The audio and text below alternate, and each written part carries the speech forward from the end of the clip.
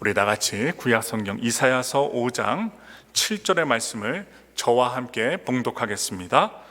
무릇 만군의 야훼 포도원은 이스라엘의 족속이요 그가 기뻐하시는 나무는 유다 사람이라. 그들에게 정의를 바라셨더니 도리어 포악이요 그들에게 공의를 바라셨더니 도리어 부르짖음이었도다. 아멘. 저는 오늘 이사야서 5장 7절 말씀 통해서 하나님이 원하시는 삶의 열매라는 제목으로 말씀을 나누겠습니다. 우리가 삶을 살아갈 때에 돈이 필요합니다. 돈이 필요해요. 그런데 한번 옛날에 어린 시절을 한번 생각해 보세요. 여러분들 그렇게 어렵고 굶고 또 양말이 빵꾸 나면 그 구멍을 갖다가 어머니가 꿰매어서 양말을 신고, 운동화를 못 신으신 분들은 검정 고무신, 검정 고무신 신으면 창피해갖고 또 맨발로 다니시는 분도 계셨고, 조금 더 잘 살면 우리 나이 드신 우리 어르신들은 흰 고무신을 신고 다니셨어요. 그리고 도시락도 벤또라고 하죠. 벤또, 일본말로. 이 도시락이 김치만 싸가신 분들은 국물이 줄줄 흘러갖고 책에 묻어서 되게 힘든 분들이 많았어요. 그런데 그때 한번 추억해 보세요. 이야기를 나눠보면 다 맛있었대요. 어머니가 해주신 호박무침도 고사리도 다 맛있었대요. 엄청나게 재료를 많이 해서 해주시는 음식이 아닌데 맛있었고 모자랐고, 그리고 그때는 잘 컸어요. 그런데 지금은 양말이 빵꾸가 나면, 구멍이 나면 메꾸지 않고 새 것을 살 수 있는 시대에 사는데도 우리의 마음을 한번 생각해 보세요. 즐겁고 행복한가? 너무 근심 걱정하며 살아갑니다. 무엇 때문에? 돈 때문에. 그래서 부자의 사전적인 의미가 있어요. 재물이 많아 살림이 넉넉한 사람을 부자라고 합니다. 그래서 이 주변을 살펴보니까 이 부자가 많아진 시대에 살고 있는데 스스로 부자라고 생각하는 사람이 별로 없다는 사실이에요. 별로 없어요. 집이 있고 좋은 자가용을 타고 다니고 몸이 건강한데도 나는 부자라고 생각하지 않습니다. 과연 사람들이 생각하는 부자의 기준은 어느 정도일까 조사해 봤더니 2022년 4월 하나은행, 하나금융 경영연구소에서 조사를 했어요. 2022년 코리안 웰스 리포트라고 그 부자에 대해서 조사를 했는데, 이 부자의 정의를 어떻게 내렸느냐, 금융자산 10억 원 이상의 보유한 사람을 부자라고 했고, 그리고 대중 일반화된 부유층을 어떻게 보냐, 바로 금융자산 1억 원 이상 10억 원 미만을 은행에서 보유하고 있는 사람, 은행을 통해서 보유하고 있는 사람을 대중 부유층으로 나누었습니다. 그런데 이 자료에서 이 부자의 정의와 다르게 실제로 부자 동네에 가서 사람들에게 물어봤더니 부동산을 포함해서 총 자산액의 187억 이상을 보유해야 실제 강남에 사는 부자들은 부자라고 여겼다고 생각합니다. 그렇게 고백을 했고 응답을 했어요. 실제 강남 지역에, 서울 강남 지역에 30평대 한 아파트가 얼마 하느냐, 30억부터 50억까지 한답니다. 그렇게 30억, 40억, 50억 하는 시대에 이제 보통 사람들조차 자신이 갖고 있는 돈이 10억 원을 가진 백만장자죠. 옛날 때 백만장자 되면 정말 부자라고 했는데 100만장자를 더 이상 부자로 생각하지 않게 되었습니다. 한국이요. 미국도 더더욱 그렇고요. 이러한 부자를 꿈꾸며 돈을 목적으로 사는 시대에 우리 신앙인들은 어떠한 기준으로 살아야 할까요? 오늘 이사야서 본문에서 땅에 대해서 나와요. 그리고 이사야가 하나님을 사랑하면서 노래를 부릅니다. 바로 포도원의 노래예요. 5장의 내용이 포도원의 노래입니다. 이사야가 하나님의 마음을 대신해서 부르고 있는 노래입니다. 어떤 내용인지 살펴보면서 우리 사회와 이 미국 사회, 한국 사회 또한 이러한 돈이 최고라고 여겨지고 있는 사회에 우리가 살면서 예수님을 믿는 우리들 자신을 한번 돌아볼 수 있는 귀한 말씀의 시간이 되길 원합니다. 5장 1절의 앞부분 한번 보겠습니다. 읽겠습니다. 나는 내가 사랑하는 자를 위하여 노래하되 내가 사랑하는 자의 포도원을 노래하리라. 이사야 선지자는 지금 자신이 사랑하는 자 누구일까요? 하나님입니다. 하나님을 위해서 노래를 시작합니다. 목적이 있어요. 하나님을 기뻐하면서 노래를 하는 거예요. 상당히 낭만적인 이 가사의 내용이 나올 것만 같습니다. 그래서 그 이후 1장 하반절을 우리가 한번 볼게요. 5장 1절 하반절부터 2절까지 읽겠습니다. 내가 사랑하는 자에게 포도원이 있으며 심히 기름진 사내로다. 땅을 파서 돌을 제하고 극상품 포도나무를 심었도다. 그 중에 망대를 세웠고 또 그 안에 술투를 팠도다. 좋은 포도 맺기를 바랐더니 들포도를 맺었도다. 지금 이 말씀 중에는 사랑하는 자가 아주 최고의 상품, 극상품 포도나무를 심고 얼마나 애지중지 가꾸었는지 모릅니다. 우리 권사님 집사님들이 집 뒤뜰에 여러 가지 식물을 재배하는 것처럼 물을 주고 비료를 주고 또 솎아내어서 어느 분은 또 저한테 귀한 호박도 주시고 해요. 그래서 맛있게 먹게 되는데 얼마나 귀하게 키웠는지 모릅니다. 그 열매를 보면 알 수가 있어요. 바로 이렇게 농사를 지시는 분들, 그리고 과일을 이렇게 키우는 분들은 최고의 사랑으로 키우게 됩니다. 그런데요, 좋은 포도를 기대했는데 아주 냄새나고 썩어 빠진 포도가, 그것도 들포도가 맺어진 것입니다. 아니, 돈을 주고 비싼 것을 심었는데 열매는 썩어 빠진 거예요. 더러워진 거예요. 사랑과 기대로 시작된 포도원의 노래는 너무도 갑자기 1절 하반절부터 2절로 갈 때에 실망으로 끝을 맺고 맙니다. 바로 사랑하는 자의 실망은 분노와 심판으로 이어집니다. 또 말씀 보겠습니다. 이사야서 5장 5절부터 6절 말씀 읽겠습니다. 이제 내가 포도원에 어떻게 행할지를 너희에게 이르리라. 내가 그 울타리를 걷어 먹힘을 당하게 하며 그 담을 헐어 짓밟히게 할 것이요, 내가 그것을 황폐하게 하리니 다시는 가지를 자름이나 북을 돋우지 못하여 찔레와 가시가 날 것이며, 내가 또 구름에게 명하여 그 위에 비를 내리지 못하게 하리라 하셨으니. 이사야는요, 지금 하나님의 마음을 대신해서 노래하는데 이 노래의 실질적인 의미가 무엇인지 자세하게 말해줍니다. 이사야서 5장 7절 말씀입니다.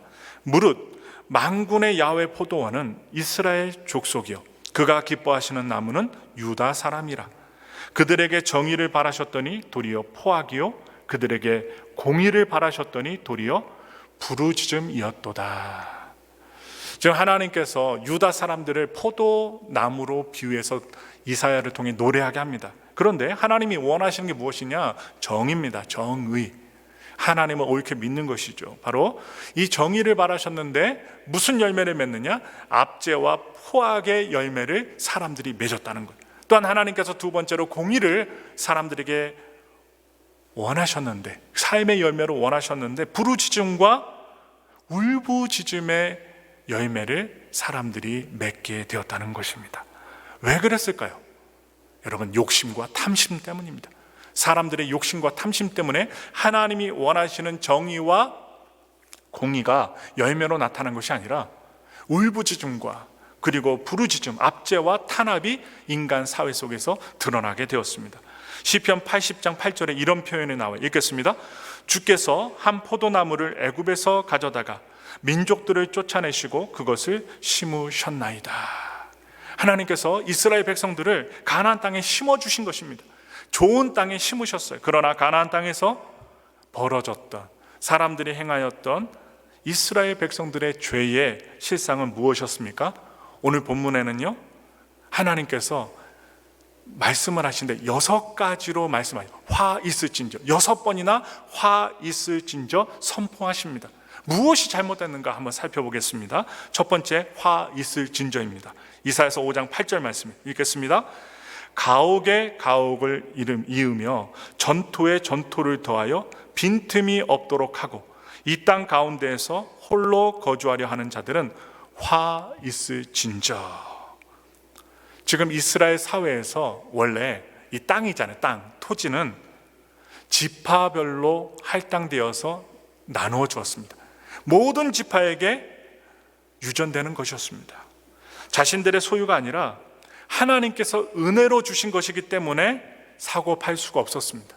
사고 팔 수가 없는 게 땅이었어요. 그러나 당시 유대 사회에서 소수 권력층들, 좀 지식이 있고 권세가 있는 사람들, 그 권력층들이 땅과 가옥을 이 독점하는 현상이 이스라엘 땅에 벌어지게 됩니다. 나타났습니다. 하나님께서 주신 질서가 무너진 것입니다. 하나님께서 공평하게 나누고 또 먹고 살만하게 땅을 주셨는데 소수의 권력층들이 독점을 하게 된 것입니다. 문제는 권력계층이 그것을 가난한 자들에게서 빼앗은 것이 문제였습니다. 가난한 자들에게 빼앗았어요. 오늘날에도 비슷한 일이 일어나고 예전에도 일어났어요. 그 말씀 보겠습니다. 이사야서 3장 14절의 말씀 읽겠습니다. 야훼께서 자기 백성의 장로들과 고관들을 신문하러 오시리니 포도원을 삼킨 자는 너희이며 가난한 자에게서 탈취한 물건이 너희의 집에 있도다. 무슨 말이나요? 가난한 자들에게 빼앗았다는 것입니다. 탈취했다는 것입니다. 여러분, 이러한 일들을 한번 살펴볼 수 있어요. 성경의 열왕기상 21장 1절부터 16절 말씀에 이 권력자가 남의 땅을 빼앗은, 또한 살인사건을 저지른 이야기가 나옵니다. 바로 권력을 이용해서 포도원을 빼앗은 이야기가 나오는데 나봇의 포도원 사건입니다. 그 당시 아합 왕이 있었습니다. 나봇의 포도원을 보고 욕심을 내요. 사촌이 땅을 사면 배가 아프잖아요. 여러분, 아합 왕도 그랬어요. 왕입니다. 더 많은 포도원의 땅을 소유하고 있었고 왕이었기 때문에 좋은 땅을 소유하고 있었습니다. 그런데 주변에 있었던 나봇의 포도원 땅이 그렇게 좋아 보일 수 없는 것입니다.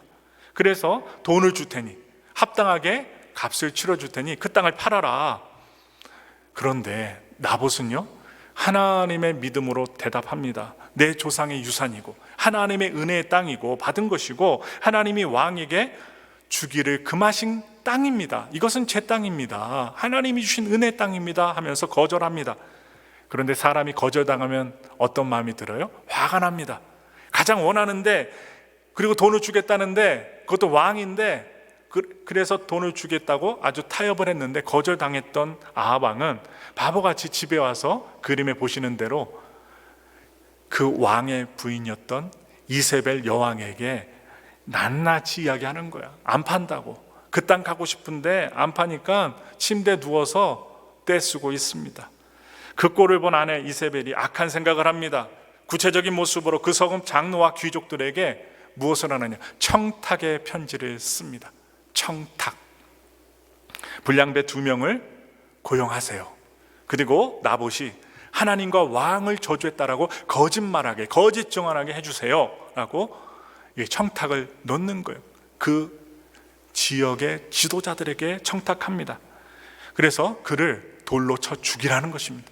아니, 하나님의 은혜로 받은 땅을 못 팔겠다고 하는데 안 팔겠다고 하니까 죽이라는 거예요. 그런데 이세벨은요, 이방신을 섬겼던 이방 여인, 이방 여왕이었지만 하나님 말씀에도 좀 이렇게 능통했던 것 같습니다. 신명기 17장 6절 말씀에 의하면 사람을 돌로 쳐 죽일 때 2명 이상의 증인을 두라고 했습니다. 이 말씀을 갖다가 토대로 2명의 가짜 증인을 구해달라고 했고 돌로 쳐 죽이려고 합니다. 또한 레위기 24장을 보시면 하나님을 저주한 자는 돌로 쳐 죽이라고 말씀이 나와 있어요. 이 말씀에 합당하게, 이스라엘 문화에 합당하게 이세벨은 이 하나님의 귀한 말씀을 음모로서 사용합니다. 그리고 사람 죽이는 데 사용했습니다. 결국 아합 왕은 나봇을 쳐 죽이고 포도원을 차지합니다. 돈 한 푼 들이지 않고 차지해요. 그들은 하나님께서 주신 율법을 피 흘림의 수단으로 삼았던 것입니다. 이것을 하나님이 기뻐 받으시지 않는다는 거예요. 사람의 행동, 그리고 하나님을 믿는 백성들의 이 청탁과 거짓과 살인에 대해서 하나님 싫어하셨던 것입니다. 여러분, 땅에 대해서 좀 깊이 말씀을 나눌게요. 부동산과 땅에 대하여 우리가 생각할 때 야베스의 기도가 오해를 불러일으키기도 합니다. 그것은 야베스가 하나님께 담대히 구해서 부자가 되고 성공했다라고 하는 그 이야기에 많은 사람들이 기뻐했던 일이 있었기 때문입니다. 아마 역대상 4장 10절에 나오는 야베스가 내게 복을 주시려거든 나의 지역을 넓히시고 라는 이 기도, 이 야베스의 기도가 몇 년 전에 되게 유행을 했어요. 바로 부동산이 돈이 되고 더 많은 땅을 소유하고자 하는 한국 교인들에게 아주 귀한 기도라고 알려졌습니다. 그러니까 부동산이 돈이 되고 더 많은 땅을 소유하고자 사람들이 이 야베스의 기도를 인용했다는 것입니다. 그러나 이것은 하나님께서 야베스에게 그 땅을 많이 주시겠다는 의미가 아닙니다. 그런 의미가 아니에요. 땅을 많이 주겠다, 내 지경을 넓혀 주옵소서 하면 땅을 주겠다 하는 것이 아닙니다. 구약의 율법을 보시면 하나님께서 어떠한 한 사람에게, 소수의 사람들에게 땅을 많이 주셨다는 말씀이 없습니다. 오히려 금하셨어요. 소수의 사람들이 땅을 독차지하는 것을 금하셨습니다. 그래서 하나님은 욕심으로 땅을 소유하지 못하게 하셨다는 거예요. 그러므로 모든 사람들에게 하나님의 은혜로 주신 땅을 공평하게 나누라고 지도자들에게 명령하셨고 그대로 행합니다. 그런데 살다 보니까 어떤 사람은 재주가 많아서 똑똑해서 자꾸 재산이 늘어만 갑니다. 똑같은 땅에 농사를 지어도 어떤 사람은 농사가 잘 돼서 재산이 많아집니다. 반면에 어떤 사람은 수확이 없어요. 노력을 엄청나게 했는데 수확이 없고, 지금 한국에 비가 많이 온 것처럼, 에파소에 비가 많이 온 것처럼 꽃이 피고 열매가 맺으는데 홍수가 나가고 다 쓸려 내려가는 거예요. 그래서 돈을 빌려서 곡식을 살 능력도 없게 되어가지고 가난해져 갑니다. 점점 더 농사를 짓고 또한 열심히 살아보려고 하는데 땅을 팔 수밖에 없어요. 그래서 부자는 점점 더 많은 땅을 갖게 되고 가난한 사람은 땅이 없어지게 되는 것입니다. 하나님은 그런 일이 있더라도 방법을 제시하십니다. 무엇이냐? 희년제도입니다. 희년. 즉 50년이 되면 땅을 원래 주인에게 돌려주라고 말씀하셨어요. 하나님의 방법입니다. 남의 땅을 영원히 소유할 수 없게 하신 거예요. 원래 주셨던 사람에게로 돌려주라는 거예요. 50년 후에는. 그것이 하나님의 말씀입니다. 그렇다면 야베스가 고백했던 하나님, 저에게 땅을 주세요, 지경을 넓혀주세요, 그것도 땅을 많이 주세요라고 구했다거나 하나님께서 그래 너는 땅을 많이 가져라 이렇게 하실 리가 없다는 것을 알 수 있게 됩니다. 그러면 야베스가 왜 땅을 넓혀달라고 했을까요? 무슨 의미가 있을까요? 성경에 나오는 이 땅이 있잖아요. 이 땅은 하나님의 다스림, 지난주에 말씀드렸던 하나님의 다스림, 통치를 의미합니다. 하나님의 다스림을 말하는 거예요. 야베스가 하나님께 나의 지경을 넓혀달라고 한 것은 자기 소유의 땅을 달라고 한 것이 아닙니다. 그럼 무엇이냐? 그가 원했던 것은 하나님이 약속하신 땅에서 하나님의 영광이 회복되게 해달라는 의미였습니다. 하나님의 영광이 회복되게 해달라.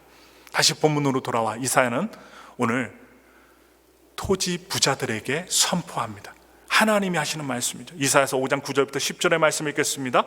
만군의 야훼께서 내 귀에 말씀하시되 정령이 허다한 가옥이 황폐하리니 크고 아름다울지라도 거주할 자가 없을 것이며 열을 가리 포도원에 겨우 포도주 한 바트가 나겠고 한 호멜의 종자를 뿌려도 간신히 한 에바가 나리라 하시도다. 아멘. 이 열을 가리 포도원이라는 뜻이 무엇이냐? 여러분, 황소가 열흘 동안 땅을 갈아엎어야 할 만한 크기의 포도원이라는 거예요. 그만큼 큰 포도원. 오늘날로 치면 약 12,000평 정도가 됩니다. 12,000평 정도. 황소가 열흘 동안 갈아엎어야 될 땅. 그 넓은 포도원에서 겨우 한 바트. 이 한 바트가 뭐냐? 한 바구니입니다. 적지요? 바로 이 한 바트를 거둔다고 하고 한 호멜은 10에바라고 합니다. 10에바를 환산할 수 있는데, 그런데 지금 말씀을 보니까 한 호멜에 종자를 뿌렸는데 한 10에바가 아니라 한 에바를 걷게 된다는 거예요. 이것은 무엇이냐? 10분의 1만 수확하게 되리라는 말씀이에요. 정의가 아닌, 하나님의 오름이 아닌 포악과 욕심과 탐욕이 심겨진 곳에 재앙이 나타난다는 것입니다. 그것도 하나님의 심판과 재앙이 나타난다는 말씀입니다. 또한 두 번째, 화 있을 징조를 보겠습니다. 이사야서 5장 11절부터 12절 말씀입니다. 아침에 일찍이 일어나 독주를 마시며 밤이 깊도록 포도주에 취하는 자들은 화 있을 징조. 그들이 연회에는 수금과 비파와 소고와 피리와 포도주를 갖추었어도 야훼께서 행하시는 일에 관심을 두지 아니하며 그의 손으로 하신 일을 보지 아니하는도다. 지금 무슨 말씀이에요? 향락에 빠져 하나님이 행하시는 하나님의 일에는 아무런 관심이 없는 사람들을 말합니다. 향락에 빠져요. 술 마시고 자기 탐욕을 위해서 사는 사람들, 하나님의 일에 관심을 두지도 않는 사람들을 향한 하나님의 심판의 말씀입니다. 그 결과 백성들은 뭐라고 합니까? 사로잡힐 것이고 목마를 것이라고 합니다. 책임 있는 자리에 있는 권력자들이 바로 향락에 취한다면 일반 백성들은 고통을 당할 수밖에 없다는 것. 예를 들어서 집안의 아버지와 어머니가 제대로 된 믿음의 삶, 제대로 된 일의 삶을 살지 않으면 자녀들이 피폐한 삶을 사는 것과 마찬가지입니다. 세 번째 화에 있을지냐 보겠습니다. 이사야서 5장 18절의 말씀입니다. 거짓으로 끈을 삼아 죄악을 끌며 술의 줄로 함같이 죄악을 끄는 자는 화 있을진저. 여기서 죄악을 끄는 자, 수레를 끄는 것처럼 죄악을 끄는 자는 정직할 수가 없다는 것입니다. 반드시 눈 깜짝하지 않고 무엇을 말하느냐? 거짓을 말합니다. 그들은 겉모술수로 백성들을 속이고 자기 이익을 취하기에 능숙합니다. 그래서 그들은요, 마음에 하나님을 향한 두려움이 없어요. 눈 하나 깜짝 안 합니다. 뭐라고 얘기해요? 하나님 있으시면 내 눈앞에 모시고 와봐. 아주 무험한 말을 합니다. 성경을 시대에 뒤떨어진 낡은 유물로 취급해요. 그리고 하나님의 심판의 말씀을 전하는 전도자들, 성도들, 또한 이사야 시대 예언자들을 조롱합니다. 얼마나 믿음이 없는 행동입니까? 이사야서 5장 19절의 말씀 읽겠습니다. 그들이 이르기를 그는 자기의 일을 속속히 이루어 우리에게 보게 할 것이며 이스라엘의 거룩한 이는 자기의 계획을 속히 이루어 우리가 알게 할 것이라 하는도다. 무엇입니까? 하나님께서 심판하시려면 해보세요. 간이 배 밖으로 나온 것입니다. 간땡이가 부은 것입니다. 하나님 한번 심판해 보시라고 하나님 앞에 철판을 깔고 이야기합니다. 네 번째와 다섯 번째 화 있을진저를 보겠습니다. 이사야서 5장 20절부터 21절 말씀이에요. 악을 선하다 하며 선을 악하다 하며 흑암으로 광명을 삼으며 광명으로 흑암을 삼으며 쓴 것으로 단 것을 삼으며 단 것으로 쓴 것을 삼는 자들은 화 있을진저. 스스로 지혜롭다 하며 스스로 명철하다 하는 자들은 화 있을진저. 지금 거짓을 말하는 자들, 서슴없이 사람들을 속이고 거짓말하는 자들, 권력자들을 말합니다. 그리고 하나님 중심이 아니라 사람 중심, 인본주의 정신에 빠져 스스로 잘난 체 하는 지식인들에 대한 하나님의 경고의 말씀을 지금 네 번째와 다섯 번째 하고 있습니다. 그렇다면 마지막 여섯 번째를 보겠습니다. 여섯 번째 화 있을진저입니다. 이사야서 5장 22절부터 23절의 말씀입니다. 포도주를 마시기에 용감하며 독주를 잘 빚는 자들은 화 있을진저. 그들은 뇌물로 말미암아 악인을 의롭다 하고 의인에게서 그 공의를 빼앗는도다. 뇌물이 있고 청탁을 하고 거짓말하는데 악인이 번성합니다. 그리고 의인은요, 피눈물을 흘립니다. 여러분, 권세자들이, 있는 사람들이 다 독점하고 있는 자들이 이 세상을 악하게 만들 때 약한 사람들, 없는 사람들은 그 눈에서 피눈물을 흘리게 되고 어려움을 겪습니다. 이것을 누가 아실까요? 하나님이 아신다는 거예요. 바로 정의와 공의의 열매가 맺혀지지 않고 썩어서 냄새나는 들포도가 열리고 있는 것이 오늘 우리들이 살아가는 이 세상의 모습일지도 모릅니다. 여러분, 우리가 믿음 생활하면서 어떠한 마음 가져요? 하나님 왜 이렇게 불공평하게 하십니까? 저 사람은 하나님 믿지도 않는데 왜 이렇게 잘 먹고 잘 살게 하십니까? 라고 할 때가 없나요? 있지요. 그런데 사람들의 탐욕이 하나님의 기준을 몰아내고 이 사회를 압제와 울부짖음이 가득한 곳으로 만들고 있습니다. 그것도 하나님 아셔요. 그러나 이사야는 이 모든 불의에 대한 심판자가 하나님이심을 노래하고 있습니다. 하나님이 심판하십니다. 여러분, 이사야서 5장 24절부터 25절의 말씀 읽겠습니다. 이로 말미암아 불꽃이 그루터기를 삼킨같이 마른 풀이 불 속에 떨어진 같이 그들의 뿌리가 썩겠고 꽃이 티끌처럼 날리리니 그들이 만군의 야훼 율법을 버리며 이스라엘의 거룩하신 이의 말씀을 멸시하였음이라. 그러므로 야훼께서 자기 백성에게 노를 바라시고 그들 위에 손을 들어 그들을 치신지라. 산들은 진동하며 그들의 시체는 거리 가운데 분토같이 되었도다. 그럴지라도 그의 노가 돌아서지 아니하였고 그의 손이 여전히 펼쳐져 있느니라. 아멘. 여러분, 하나님의 심판은 무섭습니다. 그리고 하나님이 말씀하신 건 반드시 이루어집니다.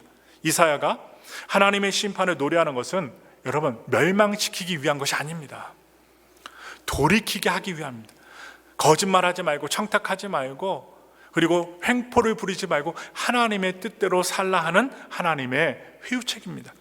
회개하기 위함이에요. 그래서 우리는 이러한 사회 현실 앞에서 회개해야 합니다. 여러분, 우리가 목사이며 믿음의 사람이지만 돈에 현혹되지 말라는 거예요. 물질에 현혹되지 말라는 거예요. 비리가 드러난 소수 권력자들을 비난하는데 그쳐서는 아니 됩니다. 하나님의 심판 앞에 우리는 운명 공동체로 세워져 있어요. 여러분, 우리가 기도할 때 이 사회를 위해서 기도 많이 하십니까? 여러분, 기도해야 됩니다. 요즘에 수요일날 요한계시록의 말씀에 대해서 나누고 있는데 인봉이 떼어질 때마다 심판이 옵니다. 하나님의 이 땅을 향한 심판의 역사가 이루어지고 나타나고 있어요. 지금 나라들이 온도가 올라가고 저 북극과 남극에 빙하들이 다 녹아져 내리고 있습니다. 그래서 돌밖에 남지 않아요. 얼마나 무서운지 모릅니다. 나중에 이렇게 가다가는 저 북극과 남극에 있는 펭귄들도 다 사라지고 돌고래도 사라지고 동물들이 사라지고 나면 누가 사라질까요? 위기는 사람들에게 있다는 거예요. 인간의 탐욕이 이 환경을 이렇게 만든 것처럼 우리는 이러한 현실 가운데 믿는 자로서 회개하며 하나님 앞에 돌이켜달라고 기도하면 사명이 있다는 거예요. 그러므로 우리 사회에 들포도가 가득하면 결과는 무엇이냐? 망하는 것입니다. 여러분, 우리가 융통성이 있어야 된다고 해요. 이번 한 번만큼은 괜찮겠지. 한 번만. 이 한 번 때문에 사회가, 교회가, 공동체가, 가정이 망하는 것입니다. 여러분, 죄와 불의의 씨앗을 심지는 않았는지 우리는 돌아봐야 합니다. 청탁을 통해, 거짓, 위증을 통해 이 사회가 악해지고 있는 사회 속에서 교회가 많이 물들어가고 있습니다. 사람이 무조건 많으면 다 좋다고 합니다. 교회가 크고 웅장하면 빛이 많아도 성도들은 되게 행복해합니다. 아닙니다. 하나님의 옳은 말을 전해야 되고 우리는 믿는 자로서 하나님의 공의와 정의를 실천하며 살아가는 시대 속에 살아야 돼요. 그런데 그렇게 믿는 자로서 살게 되면 세상이 우리를 어떻게 봐요? 바보 같은 사람, 융통성이 없는 사람, 이렇게 얘기합니다. 그런 시대에 우리가 살고 있어요. 이번 한 번만 하면 괜찮지, 눈 한 번 딱 감고 이번 한 번만 하나님 봐주세요 하고 하는, 정말로 공의와 정의가 사라진 사업과 직장과 믿음의 삶의 모습이 많이 나타나고 있는 시대에 우리가 살아가고 있어요. 목사도 예외는 아닙니다. 여러분 사진 한번 보여드릴게요. 아주 무성하게 열린 포도입니다. 하나님은 우리를 풍성한 아주 극상품의 포도나무로 우리를 심어주셨어요. 아름답고 좋은 것을 맺으라고 우리를 심어주셨어요. 이 땅에 심어주셨어요. 우리는 하나님이 기대하시는 극상품의 열매를 우리의 삶 속에서 열매를 맺어야만 합니다. 정의와 공의의 열매를 맺어야 합니다. 죄 지었다고 또 하나님 앞에 정말 불의를 행한 자들 눈 가리고 아웅식으로 살아가고 하나님 안 계시다 하지만 결국에 하나님은 심판하십니다. 그리고 드러나게끔 되어 있습니다. 죄를 지은 사람 치고 죄의 벌 받지 않는 사람 없습니다. 미국에서도 30년 40년 동안 살인죄 저지르고 숨었는데 그 살인 당한 사람의 몸에서 나온 그 DNA 때문에 30년 40년 후에 지금 발각이 되어서 죄가 드러난 사람이 한두 명이 아닙니다. 여러분, 포악과 울부짖음의 열매를 맺는 세상을 향하여 우리는 하나님께서 원하시는 삶의 열매를 맺어야 합니다. 여러분, 다른 교회, 다른 성도들, 옆에 있는 사람을 말하지 말고 내 자신이 하나님 앞에 깨끗한 믿음의 삶을 살게 하시고 아무리 힘들어도 하나님을 떠나가지 않고 하나님이 지켜보시니 하나님의 뜻대로 살아가겠습니다. 어려워도 주님의 믿음을 지키며 말씀을 지키며 예배를 지키며 살아가겠습니다. 결단할 수 있는 저와 여러분들 되셨으면 좋겠습니다. 아플 때 느끼는 게 있어요. 무엇이냐? 하나님이 불면 먼지처럼 사라지는 것이 돈이고 건강입니다. 하나님이 부시면 내가 이렇게 붙잡고 영원히 살 것만 같았던 재산과 건강과 삶이 고스란히 어떻게 해요? 사라지고 마는 게 우리 인생이라는 것을 아플 때, 어려움을 겪을 때 깨닫게 돼요. 바라기는 하나님을 경외하며 하나님의 기대가 우리의 삶의 기준이 되어 정의와 공의를 맺는 삶, 다른 사람들은 다 그렇게 살지라도 예수님을 믿는 우리는 십자가 사랑으로 하나님의 뜻을 이루어가는 믿음의 사람들, 종말할 때 구원받는 여러분과 제가 되기를 예수님의 이름으로 축원합니다.